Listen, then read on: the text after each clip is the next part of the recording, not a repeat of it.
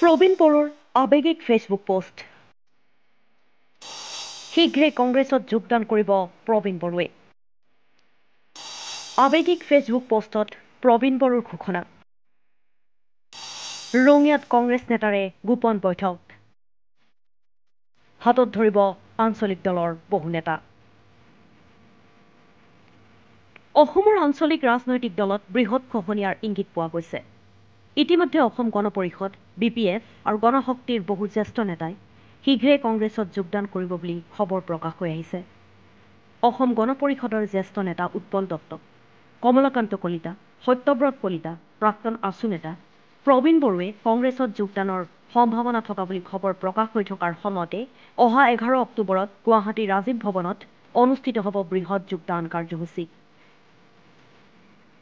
এই যোগদান কাৰ্যসূচীতে অগপ, BPF আৰু গণশক্তি দলৰ কেইবাগৰাকী আগশাৰীৰ নেতাই কংগ্ৰেছত যোগদান কৰিব বুলি প্ৰদেশ কংগ্ৰেছৰ এটা সূত্ৰই দাবী কৰিছে।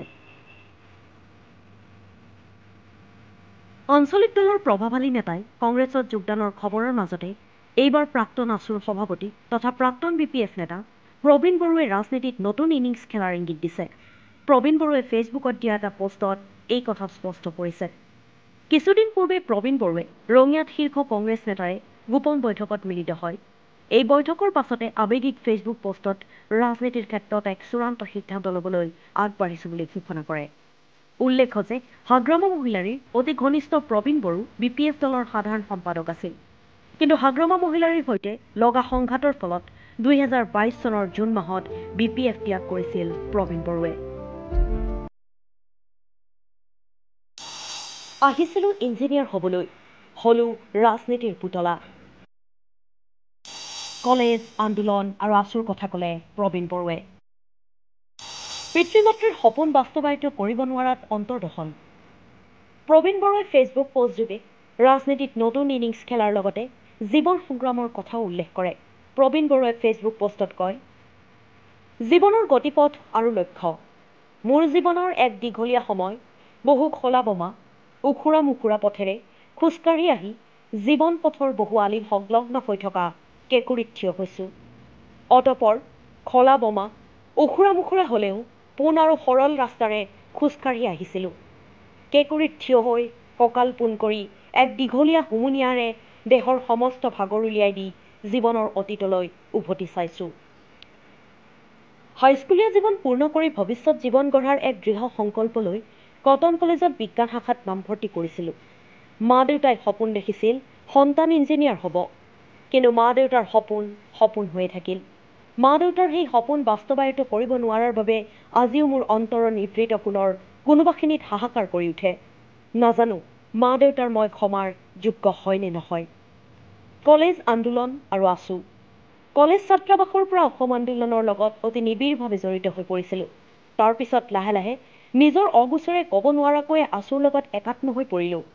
এয়াই জীৱন, নিয়তিৰ বিধান, নিয়তিৰ খেল। নিয়তিৰ খেলত আমি নিমিত্ত মাত্ৰ। নে আমি নিয়তিক হৰুৱাব পাৰোঁ, নে আমি নিজে জয়ী হ'ব পাৰোঁ। বহু প্ৰতীক্ষাৰ অন্তত আছুৰ সভাপতি হ'লো। এখন বহল সমাজ, এখন বহল পৃথিৱী পালো। বিভিন্ন জাতি গোষ্ঠীৰ সমন্বয়ৰ বৃহত্তৰ অসমীয়া সমাজ, অসমীয়া জাতি, অসমীয়া মানুহৰ মৰম চেনেহে মোক আঁকোৱালি ল'লে। এই মৰম চেনেহৰ মাজেৰে মই মোৰ নিজৰ দেশক, জন্মভূমিৰ মাটিক ভাল পাবলৈ শিকিলো। কৰ্মই শ্ৰেষ্ঠ, কৰ্মই ধৰ্ম। তেনেদৰে আগবাঢ়ি আহি আহি আজি এই কেঁকুৰিত। কি পালো কি নাপালো হিচাপ ৰখা নাই। জয় পৰাজয়ৰ তোলাচনীৰে নিজৰ জীৱনৰ মূল্যাংকন কৰা নাই। ভুল কিমান কৰিছো, শুদ্ধ কিমান কৰিছো হিচাপ কৰা নাই। ত্ৰুটি বিচ্যুতি কিমান হৈছে তাৰো কোনো হিচাপ ৰখা নাই। মাথো নিষ্ঠা, সততা, আস্থাৰে নিজৰ কৰ্ম কৰি আহিছো। ফলাফল বিধাতাৰ হাতত। আহিছিলো ইঞ্জিনিয়াৰ হ'বলৈ, হলো ৰাজনীতিৰ পুতলা। সঁচাই অতি বিচিত্ৰ ৰাজনীতিৰ পথাৰ। যিমানেই আগবাঢ়িব বিচাৰোঁ সিমানেই বাৰে বাৰে উজুতি খাওঁ। নিজে যিমানেই ভাল নহওক বা ভাল নকৰক তাত নেতৃত্বৰ ভাল পোৱা বেয়া পোৱা কথাটোহে মুখ্য। ৰাজনীতিৰ কথা বতৰাবোৰ তেনেদৰেই অনুভৱ কৰোঁ। জীৱনৰ পথৰ এই কেঁকুৰিত থিয় হৈ আজি মই ৰাজনীতিৰ ক্ষেত্ৰত এক চূড়ান্ত সিদ্ধান্ত ল'বলৈ আগবাঢ়িছো। সময়ে বিচাৰ কৰিব।